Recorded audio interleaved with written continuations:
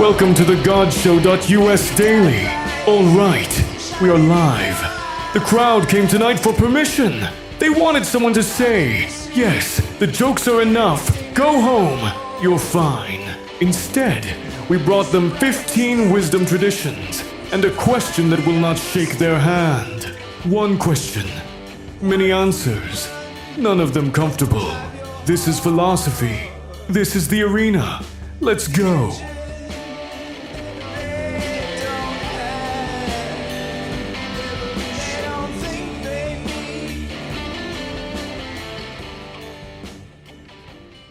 The GodShow.us is a free daily multilingual project.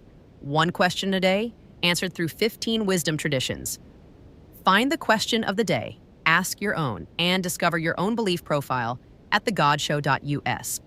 Today's question, can a person use humor to survive a terrible job without becoming someone who only survives things? At one day's scale, that's pretty manageable. You made your coworker laugh, you got through it, fine.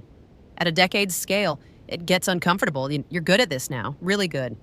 At a life scale, that's the one that lands differently. Did the joke keep you in the room when you should have left it? Absurdism goes first for me because it draws the sharpest line I've ever seen on this. It says there's a moment, somewhere around year 3, when the joke stops accompanying the flinch and starts replacing it. And that's the crossing. Humor as revolt. You're laughing because you already refused to let the 4 o'clock meeting be the measure of your life. Humor as survival. The meeting won, you just decorated the loss. It asks you to say no to the jobs claim first.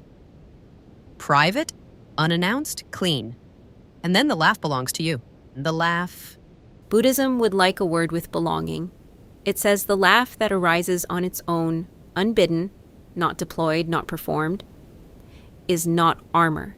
It's just weather through an open window. No self is being hollowed by the fluorescent lights because there's no fixed self to hollow. That could feel like liberation. It could also be the most elegant way Buddhism has ever let someone avoid the absurdist's actual homework. Think about a jury duty waiting room. You've got nowhere to go, no control over the timeline, a plastic chair that is personally hostile to your spine. And someone makes a joke, and the whole row laughs. And for a second, the room doesn't own you. That's the good version.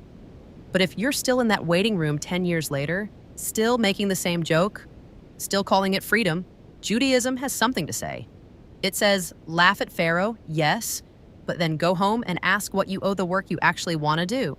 Dropping the question is what kills you. Stoicism agrees the laugh is permitted. It just refuses to call it a virtue. It says you were cast in this role. The script isn't yours, but every line you deliver is. Humor that replaces the choice becomes a habit, then an identity, then a grave you decorated nicely. That's a brutal image. A nicely decorated grave. Stoicism doesn't do subtlety when it's trying to wake you up. The pop culture oracle today went straight to the Wizard of Oz. Dorothy had the ruby slippers the whole time. The power to leave was always on her feet. But she kept the joke alive without becoming the joke, which is the thing almost nobody manages. I'll be honest. There's something slightly broken in the oracle's read here because Dorothy wasn't surviving a terrible job, she was trying to get home. But the slippers image actually holds. The exit is already on you. The question is whether you've convinced yourself the yellow brick road is enough of a life. Hinduism put it like this: humor as survival clings, humor as offering flies. The flute empties itself. It doesn't hoard the song as proof it endured. Turn that image one notch further and you get the actual ask. Not whether you're still laughing, but whether anything is flying. Tomorrow's question is waiting. The GodShow.us would like to thank our sponsor, Typeset.us. When generic web typography is letting you down, refine your work for free using Typeset.us.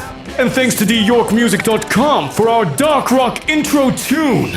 The crowd tonight did not get the permission slip they came for. They got 15 traditions, a pair of ruby slippers, and a question about whether the joke is flying or clinging. Honestly, that's a better night.